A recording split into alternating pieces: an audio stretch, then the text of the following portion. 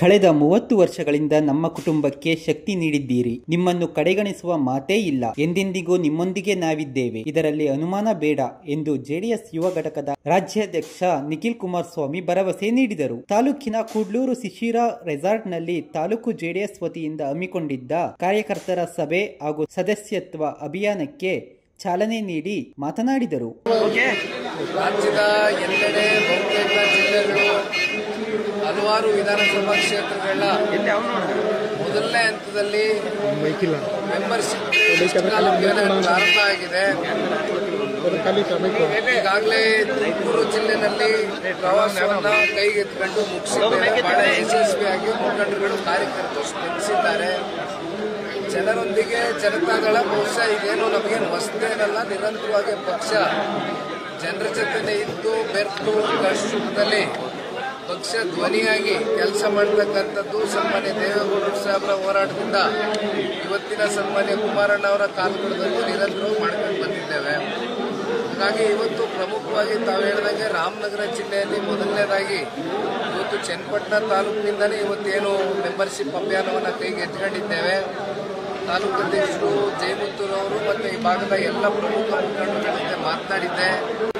ರಾಮನಗರ ಜಿಲ್ಲೆ ಮುಗಿಸಿದ ನಂತರ ಅಲ್ಲಿಂದ ಮತ್ತೆ ರಾಯಚೂರು ಕೊಪ್ಪಳ ಭಾಗಕ್ಕೆಲ್ಲ ಹೋಗ್ತಾ ಇದ್ದೇವೆ. ಇವತ್ತು ಬಹಳ ವಿಶೇಷವಾಗಿ ನಮ್ಮ ಪಕ್ಷದ ಮುಖಂಡರು ಕಾರ್ಯಕರ್ತರು ಹಿರಿಯರು ಯುವಕರು ಎಲ್ಲ ಸ್ವಾಗತ ಕೋರಿದ್ದಾರೆ. ಹಿಂದೆ 3 ಕ್ಷೇತ್ರದಲ್ಲೂ ಕೂಡ ಜೆಡಿಎಸ್ ಇತ್ತು. ಈ ಜಿಲ್ಲೆಯಲ್ಲಿ ಜೆಡಿಎಸ್ ಭದ್ರಕೋಟೆ ಅಂತ ಕೂಡ ಕರೀತಾ ಇದ್ರು. ಆ ಕ್ಷೇತ್ರಗಳು ಈಗ ಕೈ ತಪ್ಪಿದೆ. ಈ ನಿಟ್ಟಿನಲ್ಲಿ ಏನು ಕೊರತೆ ಆಯಿತು ಅನ್ಸಿದ್ರಿ? ಏನಿಲ್ಲಿ ಬಹಳ ಪ್ರಮುಖವಾಗಿ ಏನು ಮಾಡ್ತಾ ಇದ್ರಿ? ಒಂದು ಚುನಾವಣೆ, ಒಂದು ಉಪಚುನಾವಣೆಯ ಫಲಿತಾಂಶವನ್ನ ಇಟ್ಕೊಂಡು ಇವತ್ತು ಜನ ಸಂಪೂರ್ಣವಾಗಿ ನಮ್ಮ ಕೈನ ಬಿಟ್ಟುಬಿಟ್ಟಿದ್ದಾರೆ ಅಂತಕ್ಕಂಥ ಭಾವನೆ ನನಗಂತೂ ಇಲ್ಲ. ಏಕೆಂದ್ರೆ ನಿರಂತರವಾಗಿ ಕಳೆದ 30 ವರ್ಷದಿಂದ ದೇವೇಗೌಡರು ಸಾಹೇಬ್ರನ್ನ ಕುಮಾರಣ್ಣ ಅವ್ರನ್ನ ರಾಜಕೀಯವಾಗಿ ಬೆಳೆಸಿರ್ತಕ್ಕಂಥ ಜಿಲ್ಲೆ ರಾಮನಗರ ಜಿಲ್ಲೆ. ಕಳೆದ ಸಾರ್ವತ್ರಿಕ ವಿಧಾನಸಭಾ ಚುನಾವಣೆ ಮತ್ತು ಉಪಚುನಾವಣೆ ಅನಿರೀಕ್ಷಿತವಾಗಿ ಬಂತು. ಇವೆರಡರಲ್ಲೂ ನಲ್ಲಿ ಕೂರ್ತಕ್ಕಂಥ ಪ್ರಶ್ನೆ ಇಲ್ಲ. ಈಗ ಡೈರಿ ಚುನಾವಣೆನೂ ನಡೀತು. ಡೈರಿ ಚುನಾವಣೆಯಲ್ಲಿ ಯಾವ್ಯಾವ ರೀತಿ ಜಿಲ್ಲೆಯಲ್ಲಿ ಇರ್ತಕ್ಕಂಥ ಕೆಲವೊಂದಷ್ಟು ಸರ್ಕಾರದಲ್ಲಿ ಆಡಳಿತದಲ್ಲಿ ಇರ್ತಕ್ಕಂಥ ಅವ್ರಿಗೆ ಅವರು ಬಲಿಷ್ಠರು ಅಂತಕ್ಕಂಥದ್ದನ್ನೇನು ಅನ್ಕೊಂಡಿದ್ದಾರೆ. ಆದರೆ ಇದು ಇದೇ ರೀತಿ ಇರಲಿಕ್ಕಿಲ್ಲ.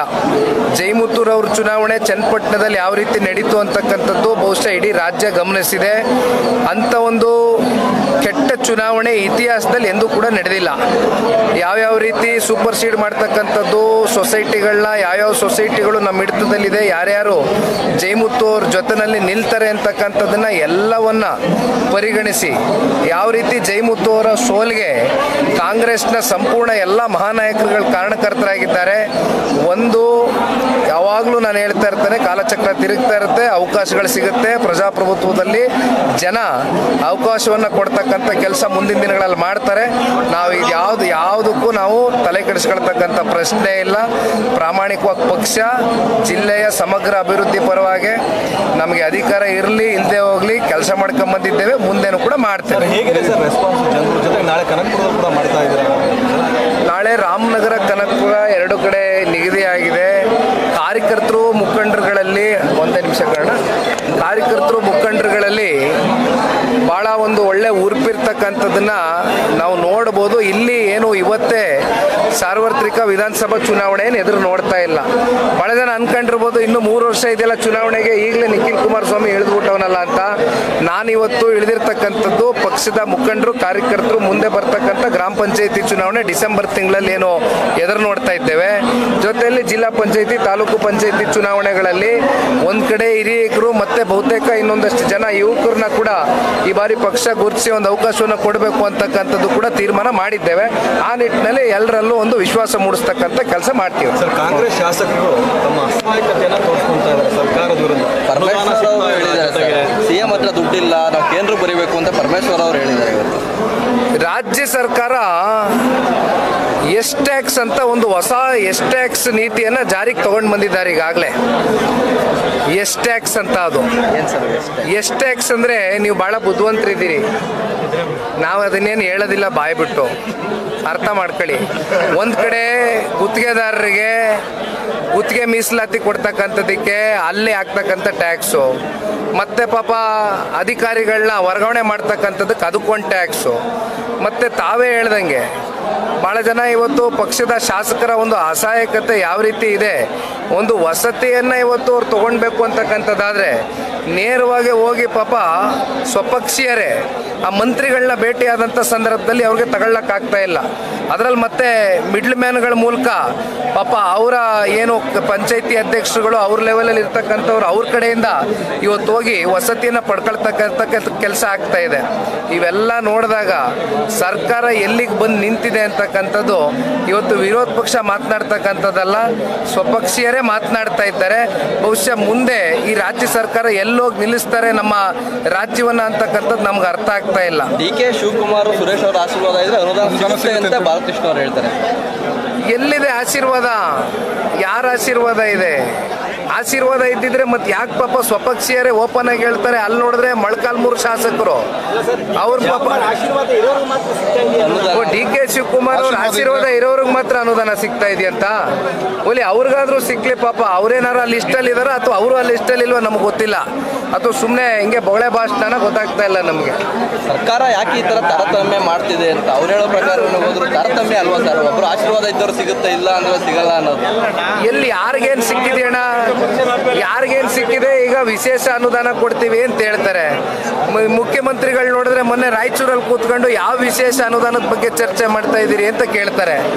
ಯಾರಿಗೂ 10 ರೂಪಾಯಿ ಅನುದಾನ ಇಲ್ಲ, ಬಿಡುಗಾಸ್ಬಿಟ್ಟಿಲ್ಲ. ಅಭಿವೃದ್ಧಿ ಅಂತಕ್ಕಂಥದ್ದು ಶೂನ್ಯ ಅಷ್ಟೇ. ಪ್ರಮುಖ ಮುಖಂಡರುಗಳೇ,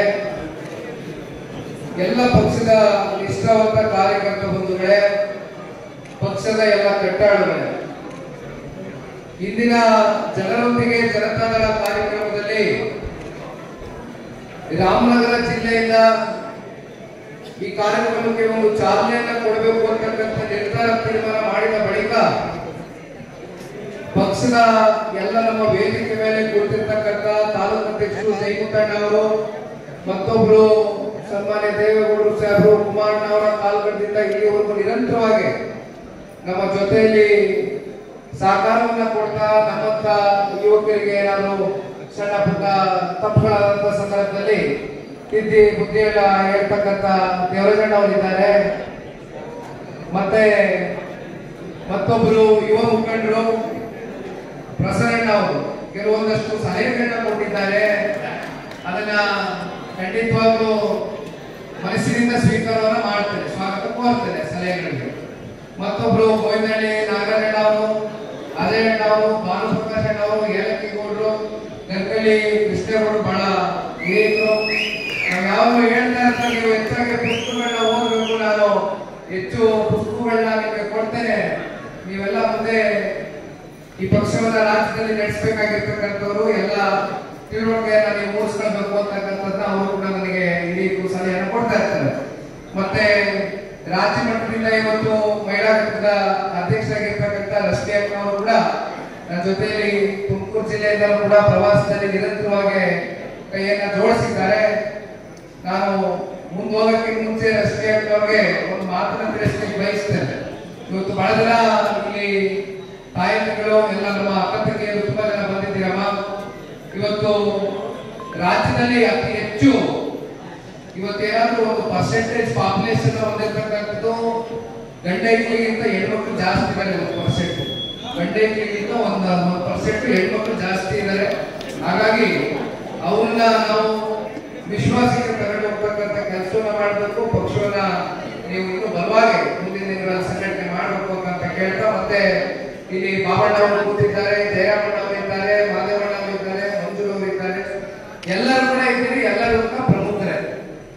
ಹಾಗಾಗಿ ಇವತ್ತು ವಿಶೇಷವಾಗಿ ಜನರೊಂದಿಗೆ ಜನತಾದಳ ಈ ಒಂದು ಹೆಸರನ್ನ ಇವತ್ತು ರಾಜ್ಯ ಪ್ರವಾಸಕ್ಕೆ ಕೊಟ್ಕೊಂಡಿದ್ದೇವೆ. ಜನರೊಂದಿಗೆ ಜನತಾದಳ ಅಂತಕ್ಕಂಥದ್ದು ಇದೇನು ಹೊಸದೇನಲ್ಲ, ಸದಾಕಾಲ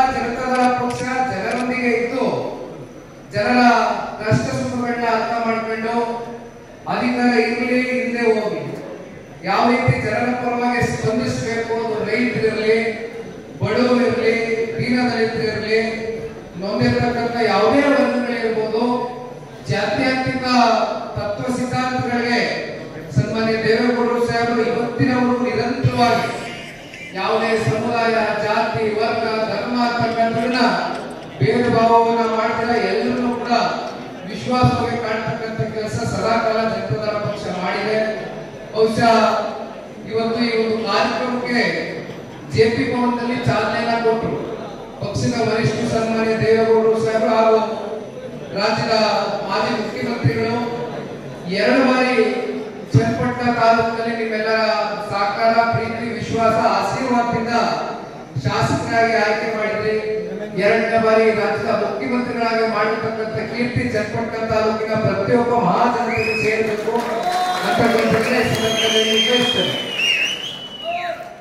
ಇತ್ತೀಚೆಗೆ ಲೋಕಸಭಾ ಚುನಾವಣೆ ಸಂದರ್ಭದಲ್ಲಿ ನಡೆದಂತ ಏನೊಂದು ಅವತ್ತಿನ ರಾಜಕೀಯದ ಕೆಲವೊಂದಷ್ಟು ವಿದ್ಯಮಾನಗಳು, ಸನ್ಮಾನ್ಯ ಕುಮಾರಣ್ಣ ಅವರು ಮಂಡ್ಯದಿಂದ ಲೋಕಸಭಾ ಚುನಾವಣೆಗೆ ಹೋಗಿ ಸ್ಪರ್ಧೆ ಮಾಡಲೇಬೇಕು ಅಂತಕ್ಕಂಥ ಒಂದು ಅನಿವಾರ್ಯ ಪರಿಸ್ಥಿತಿ ಅವ್ರ ಮುಂದೆ ಎದುರಾಯಿತು. ಆ ಸಂದರ್ಭದಲ್ಲಿ ಮತ್ತೆ ನಾನು ನೆನೆಸ್ಕೊಳ್ಳಿಕ್ಕೆ ಇಷ್ಟಪಡ್ತೇನೆ, ನಮ್ಮ ಚನ್ನಪಟ್ಟಣ ತಾಲೂಕಿನ ಎಲ್ಲ ಪ್ರಮುಖ ಮುಖಂಡರು ತಾವೆಲ್ಲ ಜೆಪಿ ನಗರ ನಿವಾಸಕ್ಕೆ ಬಂದಿದ್ವಿ. ಬಂದು ಸಾಕಷ್ಟು ಕುಮಾರಣ್ಣ ಮೇಲೆ ಯಾವ ಕಾರಣಕ್ಕೂ ನೀವು ಇವತ್ತು ಚನ್ನಪಟ್ಟಣವನ್ನ ವರದಿ ನೀವು ಹೋಗಬಾರದು ಅಂತಕ್ಕಂಥದ್ದು ಸಾಕಷ್ಟು ಅವರ ಅಭಿಪ್ರಾಯಗಳು, ಒತ್ತಾಯಗಳು ಎಲ್ಲವೂ ಕೂಡ ಮನಸ್ಸಿನಿಂದ ಮಾಡಿದ್ರು. ಆದ್ರೆ ಅಂತಿಮವಾಗಿ ಒಂದೊಂದು ಸಲಿ ಆ ಭಗವಂತನ ಆಟ, ಭಗವಂತನ ನಿರ್ಣಯಕ್ಕೆ ನಾವೆಲ್ಲರೂ ತಲೆ ಬರಬೇಕಾಗ್ತದೆ. ಏನು ಮಾಡ್ಲಿಕ್ಕೆ ಆಗೋದಿಲ್ಲ, ಸಂದರ್ಭ ಆ ರೀತಿ ಇತ್ತು. ಯಾಕಂದ್ರೆ ನನಗೆ ಮಂಡ್ಯದಲ್ಲಿ ನಿಂತ್ಕೊಳ್ಳೇಬೇಕು ಅಂತಕ್ಕಂಥ ಒತ್ತಾಯ ಮಾಡಿದ್ರು. ನಾನು ಹೇಳಿದೆ ಬೇಡ, ಒಂದ್ಸಲಿ ಮಂಡ್ಯದಲ್ಲಿ MP ಚುನಾವಣೆ 19ರಲ್ಲಿ ಇವೆಲ್ಲ ನಡೆಯುವಂತ ಘಟನೆಗಳು ಬರ್ತಾ ಚರ್ಚೆ ಮಾಡೋದು. ಯಾಕೆ ಹೇಳ್ತಾ ಇದ್ದೀನಿ ಅಂದ್ರೆ, ಅದಾದ್ಮೇಲೆ ರಾಮನಗರದಲ್ಲಿ ಚುನಾವಣೆ ನಿಂತ ಸಾರ್ವತ್ರಿಕ ಚುನಾವಣೆ, ಮತ್ತೆ ನಾನು ಮಂಡ್ಯಗೆ ಹೋಗಿ ಮತ್ತೆ MP ಚುನಾವಣೆಗೆ 1 ವರ್ಷ ಆಗಿದೆ, ಮತ್ತೋಗಿ ನಿಂತಕ್ಕಂಥದ್ದು ನನಗೆ ಸರಿ ಕಾಣಲಿಕ್ಕಿಲ್ಲ. ದಯಮಾಡಿ ಈ ಸಂದರ್ಭದಲ್ಲಿ ಚುನಾವಣೆ ನಿಂತಕ್ಕಂಥದ್ದು ನನ್ನ ಮನಸ್ಸು ಒಪ್ತಾ ಇಲ್ಲ. ಅಲ್ಲಿ CS ಪುಟ್ಟರಾಜ್ ಅವರು ಇದ್ರು, ರವೀಂದ್ರ ಶ್ರೀಕಂಠಯ್ಯನವರು ಇದ್ರು, ಮತ್ತೊಬ್ಬರು ತಮ್ಮಣ್ಣವರಿದ್ದಾರೆ. ಈ ರೀತಿ ಬಹಳ ಜನ ಮಂಡ್ಯ ಜಿಲ್ಲೆಯಲ್ಲಿ ಸಮರ್ಪಕ ಬೆಳೆದಿರ್ತಕ್ಕಂಥ ನಾಯಕರು ತುಂಬಾ ಜನ ಇದ್ದಾರೆ. ಯಾರಾದ್ರೂ ಒಬ್ಬರಿಗೆ ಅದರಲ್ಲಿ ಪಕ್ಷ ಒಂದು ಆಯ್ಕೆ ಮಾಡತಕ್ಕಂಥದ್ದು ಸೂಕ್ತ ಅಂತಕ್ಕಂಥದ್ದು ನನ್ನ ಅಭಿಪ್ರಾಯವನ್ನು ವ್ಯಕ್ತಪಡಿಸ್ತೇನೆ. ಅದಕ್ಕೆ ಸಾಕ್ಷಿ ಇರ್ತಕ್ಕಂಥ ಮುಖಂಡರುಗಳು ಕೂಡ ನನ್ನ ಜಗಳ ಮಾಡಿದ್ರು ಬಹಳ. ನೋಡಿ, ಈ ಸರಿ ಮಂಡ್ಯದಲ್ಲಿ ನಿಮಗೆ ಅನುಕೂಲವಾದಂತ ವಾತಾವರಣ ಇದೆ. ಕಳೆದ ಬಾರಿ ಚುನಾವಣೆ ಬೇರೆ ರೀತಿ ನಡೀತು, ಅದು ಇಡೀ ರಾಜ್ಯ ನೋಡಿದೆ. ಈ ಬಾರಿ ನೀವು ಮಂಡ್ಯಕ್ಕೆ ಹೋಗಿದ್ರೇಳಿ ನಮ್ಮ ಕುಮಾರಣ್ಣ ಇಲ್ಲೇ ಬಿಟ್ಬಿಡಿ, ಚನ್ನಪಟ್ಟಣ ಉಳಿಸ್ಕೋಬೇಕು ಅಂತಕ್ಕಂಥದ್ದನ್ನ ಬಹಳ ಮಾತಾಡಿದ್ರು ನಮ್ಮ ಮುಖಂಡರು. ಅದೇ ಅಂತಿಮವಾಗಿ ನಾನು ಒಪ್ಪದೇ ಇದ್ದ ಹಿನ್ನೆಲೆಯಲ್ಲಿ ಕುಮಾರಣ್ಣ ಅವರೇ ನಿಂತ್ಕೋಬೇಕಾದಂತೂ ನಿಂತ್ಕೊಂಡಿದ್ದಾರೆ. ಜನ ಪ್ರಚಂಡ ಬಹುಮತ ಗೆಲ್ಲಿಸಿದ್ದಾರೆ. ಇವತ್ತು ಈ ದೇಶದ ಗೌರವಾನ್ವಿತ ಪ್ರಧಾನಮಂತ್ರಿಗಳು ನರೇಂದ್ರ ಮೋದಿ ಅವರು 11 ವರ್ಷ ಆಗಿದೆ ಪ್ರಧಾನಮಂತ್ರಿಗಳಾಗಿ. ಪಕ್ಷದ ವರಿಷ್ಠ ಯಾವಾಗಲೂ ಮಾತು ಹೇಳ್ತಾ ಇರ್ತಾರೆ. ಬಹುಶಃ ಅವರಷ್ಟು ಇತಿಹಾಸ 58,000 ಮತ ಜನತಾದಳ ಪಕ್ಷದ ಚಿಹ್ನೆಗೆ ನೀವೆಲ್ಲ ಆಶೀರ್ವಾದ ಮಾಡಿದ್ರಿ. ನಾನು ಹೇಳಿದೆ, ಯಾರು ಮುಖಂಡರುಗಳು ಕಾರ್ಯಕರ್ತರಿಗೆ ಒಂದು ಟಿಕೆಟ್ ಕೊಡ್ತಕ್ಕಂಥ ಒಂದು ಕೆಲಸ ಮಾಡಿ. ನಾನು ಕೆಲಸ ಮಾಡ್ತೇನೆ. ನಾನು ಪಕ್ಷದ ಕಾರ್ಯಕರ್ತನಾಗಿ ಇವತ್ತು ಯಾಕೆ ರಾಜ್ಯ ಪ್ರವಾಸ ಕೈಗೆತ್ತಿಕೊಂಡಿದ್ದೀನಿ ಅಂದ್ರೆ, ಇಲ್ಲಿ ನನ್ನ ಸ್ವಾರ್ಥ ಏನಿಲ್ಲ. ಇಲ್ಲಿ ನಾನು ಸಂಸತ್ ಚುನಾವಣೆಗೆ ನಿಂತಕ್ಕಂಥದ್ದು ಅಥವಾ ಮುಂದಿನ ವಿಧಾನಸಭಾ ಚುನಾವಣೆಗೆ ನಿಂತಕ್ಕಂಥದ್ರ ಬಗ್ಗೆ ನಾನು ಇನ್ನೂ ಯಾವುದೇ ರೀತಿ ನಿರ್ಧಾರ ಮಾಡಿಲ್ಲ, ತೀರ್ಮಾನ ಮಾಡಿಲ್ಲ. ನನಗೆ ಇರ್ತಕ್ಕಂಥದ್ದು ಒಂದೇ, ಪ್ರಾದೇಶಿಕ ಪಕ್ಷ ಉಳಿಬೇಕು. ಅಕ್ಕಪಕ್ಕ ನೀವು ತಿರುಗಿ ನೋಡಿದಾಗ ತಮಿಳುನಾಡು ತಗೊಳ್ಳಿ, ಕೇರಳ ತಗೊಳ್ಳಿ, ಆಂಧ್ರ ತಗೊಳ್ಳಿ, ತೆಲಂಗಾಣ ತಗೊಳ್ಳಿ, ಎಲ್ಲಿ ನೋಡಿದ್ರು ಪ್ರಾದೇಶಿಕ ಪಕ್ಷಗಳು ಬಹಳ ಗಟ್ಟಿಯಾಗಿ ನೆಲೆಯೂರಿದೆ. ಕರ್ನಾಟಕ ರಾಜ್ಯದಲ್ಲಿ ಇಷ್ಟೆಲ್ಲ ದೇವೇಗೌಡರು ಸಾಹೇಬರು, ಇಷ್ಟೆಲ್ಲ ಕುಮಾರಣ್ಣ ಅವರು ಅತ್ಯಂತ ಕಮ್ಮಿ ಅವಧಿನಲ್ಲಿ 3-4 ವರ್ಷ ದೇವೇಗೌಡರು ಸಾಹೇಬರು PWD ಮಂತ್ರಿಗಳಾಗಿ, ಮುಖ್ಯಮಂತ್ರಿಗಳಾಗಿ, ನೀರಾವರಿ ಸಚಿವರಾಗಿ, ಪ್ರಧಾನಮಂತ್ರಿಗಳಾಗಿ 3-4 ವರ್ಷ ಆಡಳಿತ ಮಾಡಿರ್ತಕ್ಕಂಥದ್ದು. ಅದು ಮುಂದುವರೆದ ಕುಮಾರಣ್ಣ 34 ತಿಂಗಳು, ಒಮ್ಮೆ 20 ತಿಂಗಳು, ಮತ್ತೆ 14 ತಿಂಗಳು. ಇವತ್ತು ಅವರು ಮಾಡಿರ್ತಕ್ಕಂಥ ಸಾಧನೆಗಳು ಈ ಕುಮಾರಣ್ಣ ಅವರು ಈ ರಾಜ್ಯವನ್ನ ಪ್ರತಿನಿಧಿಸತಕ್ಕಂತ ಒಂದು ಅವಕಾಶ, ಆ ಒಂದು ಹೃದಯ ವೈಶಾಲ್ಯತೆ ನೀವು ತೋರಿಸಿದ್ರು. ನೀವು ಆ ಹೃದಯ ವೈಶಾಲ್ಯತೆ ತೋರಿಸಿ ನೀವು ಕುಮಾರಣ್ಣಗೆ ಪ್ರೀತಿಯಿಂದ ಕಳಿಸ್ಕೊಡದೆ ಹೋಗಿದ್ರೆ ಇವತ್ತು ಕೇಂದ್ರದ ಸಚಿವರಾಗಲಿಕ್ಕೆ ಆಗ್ತಾ ಇರಲಿಲ್ಲ. ಇವತ್ತು ಎರಡು ಉನ್ನತವಾದಂತ ಜವಾಬ್ದಾರಿಯುತವಾದಂತ ಹುದ್ದೆಗಳನ್ನ ನಿರ್ವಹಣೆ ಮಾಡ್ತಾ ಇದ್ದಾರೆ. ಅದಕ್ಕೆಲ್ಲ ಮೂಲ ಕಾರಣಕರ್ತರು ತಾವುಗಳು. ಕೆಲವೊಂದು ಕಡೆ ಆ ಉಪಚುನಾವಣೆ ಅನಿರೀಕ್ಷಿತವಾಗಿ ಬಂತು. ಅನಿರೀಕ್ಷಿತವಾಗಿ ಬಂದಂತ ಉಪಚುನಾವಣೆ ಬಹುಶಃ ಇಲ್ಲಿ ವೇದಿಕೆ ಮೇಲೆ ಇರ್ತಕ್ಕಂಥ ಮುಖಂಡಗಳೆಲ್ಲರೂ ಸಾಕ್ಷಿ ಇದ್ದಾರೆ. ದೇವರಾಜಣ್ಣ ಅವರು ಕೂಡ ಡೆಲ್ಲಿಗೆ ಬಂದಿದ್ರು, ಜೈಮೂರ್ ಅವರು ಡೆಲ್ಲಿನಲ್ಲಿದ್ರು. ಬಹುಶಃ ಕುಮಾರಣ್ಣ ಅವರು ನಾವು ದೇವೇಗೌಡರು ಸಾಹೇಬ್ ಮನೆಯಲ್ಲಿ ಮಧ್ಯಾಹ್ನ 1-2 ಗಂಟೆ 3 ಗಂಟೆ ಕುಮಾರಣ್ಣ ಕೇಳಿ ಒಂದು ಕೆಲಸ ಮಾಡೋಣ, ಇವಾಗ ಏನು ಆ ಸಂದರ್ಭದಲ್ಲಿ ಕೆಲವೊಂದಷ್ಟು ಗೊಂದಲಗಳು ನಡೀತಾ ಇತ್ತು. ಏನಾದರೂ ಚನ್ನಪಟ್ಟಣದಲ್ಲಿ JDS ನ ಯಾರಾದ್ರೂ ಅಭ್ಯರ್ಥಿಗಳಿಗೆ ಕೊಡ್ತಕ್ಕಂಥ ಸನ್ನಿವೇಶ ಬಂದಂತ ಸಂದರ್ಭದಲ್ಲಿ ನೀವು ಕೂತ್ಕೊಂಡು ತೀರ್ಮಾನ ಮಾಡಿ ಅಂತ ದೇವರಾಜಣ್ಣನಿಗೆ ಹೇಳಿದ್ರು, ಜೈಮೂರ್ ಅವ್ರಿಗೆ ಹೇಳಿದ್ರು. ಕೇಳಿದ್ರು ಒಪ್ಪಲಾಗೆ ಕುಮಾರಣ್ಣ ಅವರು, ನಿಮ್ಮಲ್ಲಿ ಇದ್ರಲ್ಲಿ ಯಾರಾದ್ರೂ ನಿಂತ್ಕೊಳ್ತೀರಾ, ಆಸಕ್ತಿ ಇರ್ತೀರಾ, ದಯವಿಟ್ಟು ನಿಂತ್ಕೊಳ್ಳಿ ಅಂತ ಹೇಳಿದ್ರು. ಕೊನೆಗೆ ಪಾಪ ದೇವರಾಜಣ್ಣ ಅವರು ದೊಡ್ಡ ಮನಸ್ಸು ಅಂತ ಹೇಳಿದ್ರು, ಇಲ್ಲ ನನಗೆ ಬೇರೆ ಮುಖ್ಯಮಂತ್ರಿ ಕಾರ್ಯಕರ್ತರು ಒಪ್ಪದಿದೆ ಜೈಮೂರ್ ಅವರಿಗೆ ಅಭ್ಯರ್ಥಿ ಮಾಡೋಣ ಅಂತ ಹೇಳಿದ್ರು ದೇವರಾಜಣ್ಣ. ಇದು ನಡೆದಂತ ಕೆಲವೊಂದಷ್ಟು ವಿಚಾರ, ಇದು ನಡೆದಂತ ಕೆಲವೊಂದಷ್ಟು ಘಟನೆಗಳನ್ನ ಯಾಕೆ ಇದನ್ನ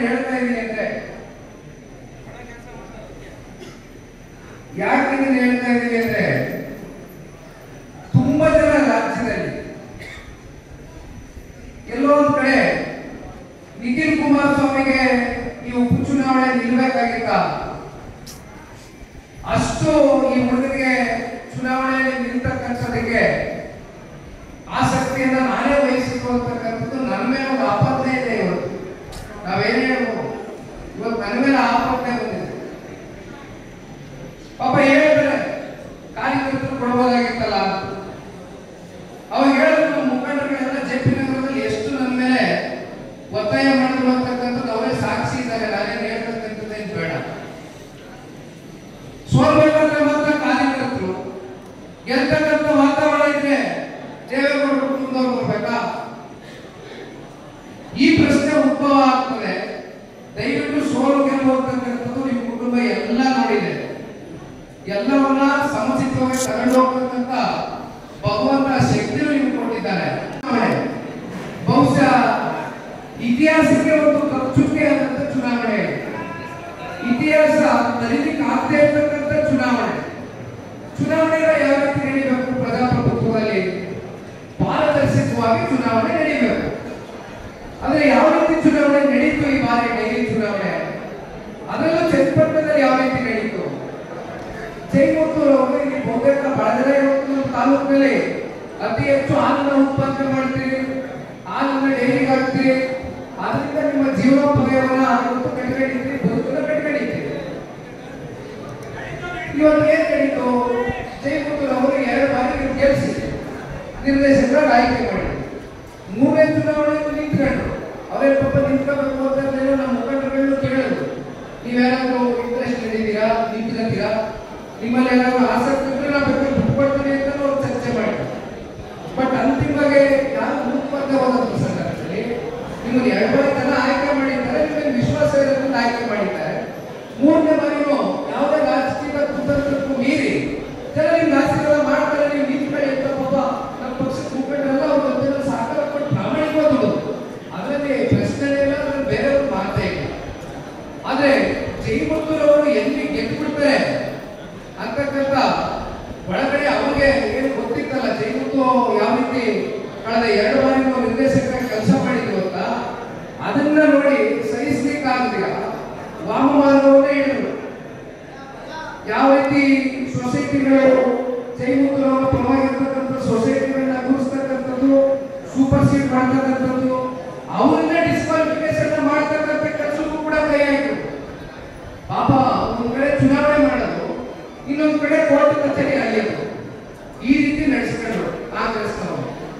ಹಣ ನಮ್ಗೆ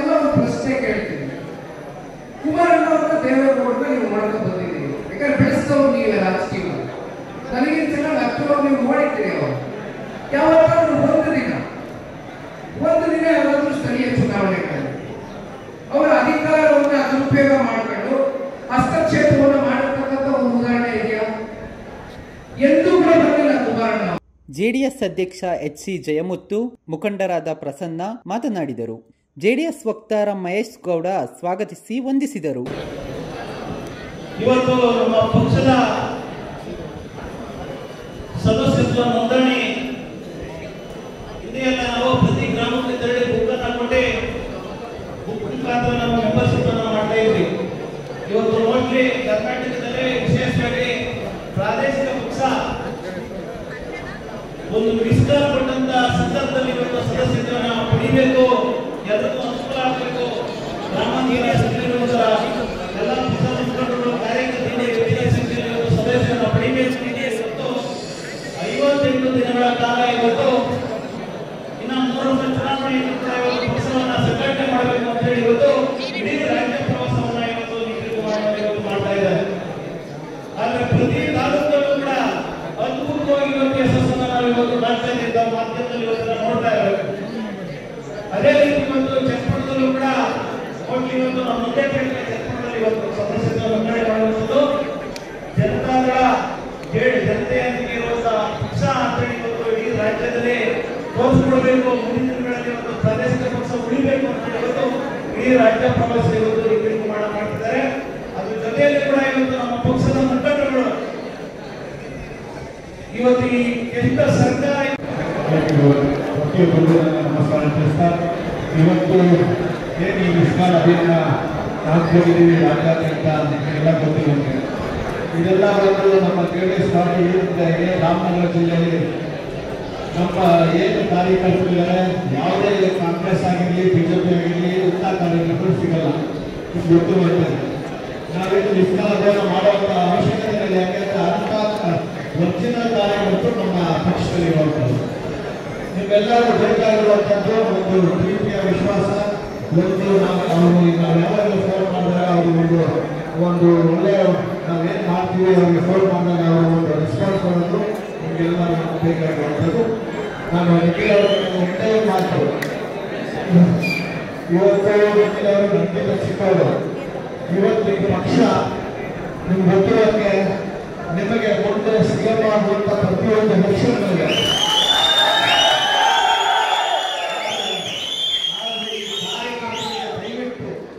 ಒಂದೊಂದು ತಾಲೂಕಿಗೆ 20 ಜನ ಒಬ್ಬೊಬ್ಬರಿಗೆ ಮಾತಾಡ್ಸ್ಕೊಂಡು ಒಬ್ಬೊಬ್ಬರಿಗೆ ಇವತ್ತು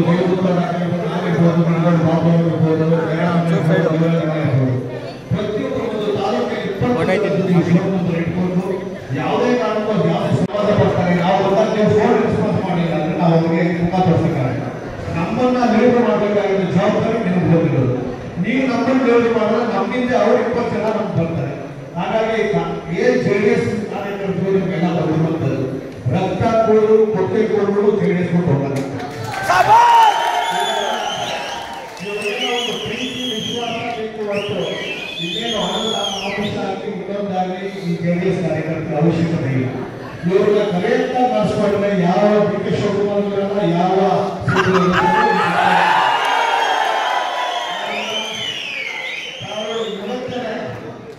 ಇವತ್ತಿನ ಪ್ರೋಗ್ರಾಮ್ ಮುಂದಿನ ಕಾರ್ಯಕರ್ತರ ಜೊತೆ ನಾವು ನಿಂತ್ಕೋಬೇಕು.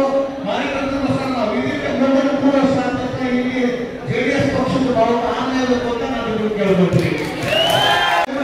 ನಮ್ಮ ಪಕ್ಷದ ಚಿಂತನೆ ಸಮಗ್ರ ಕರ್ನಾಟಕ ಅಭಿವೃದ್ಧಿ. ಇದೇ ಸಂದರ್ಭದಲ್ಲಿ PLD ಬ್ಯಾಂಕ್ ಅಧ್ಯಕ್ಷ ಗೋವಿಂದಳ್ಳಿ ನಾಗರಾಜು, ಕುರ್ದೊಡ್ಡಿ ಜಯರಾಮು, ಮುಖಂಡರಾದ ಗರಕಳ್ಳಿ ಕೃಷ್ಣೇಗೌಡ, ನಿಡಗೌಡಿ ಬಾಬು, ಇಗ್ಲೂರ್ ಕುಮಾರ್, ರಾಜು, ನಂದಿ, ಮಳೂರ್ಪಟ್ನ ರವಿ, ಕನ್ನಮಂಗಲ ಯೋಗಿ, ಬೋರೇಗೌಡ, ಶಾರದಾ ಗೌಡ, ರೇಖಾ ಸೇರಿದಂತೆ ಇತರರು ಹಾಜರಿದ್ದರು.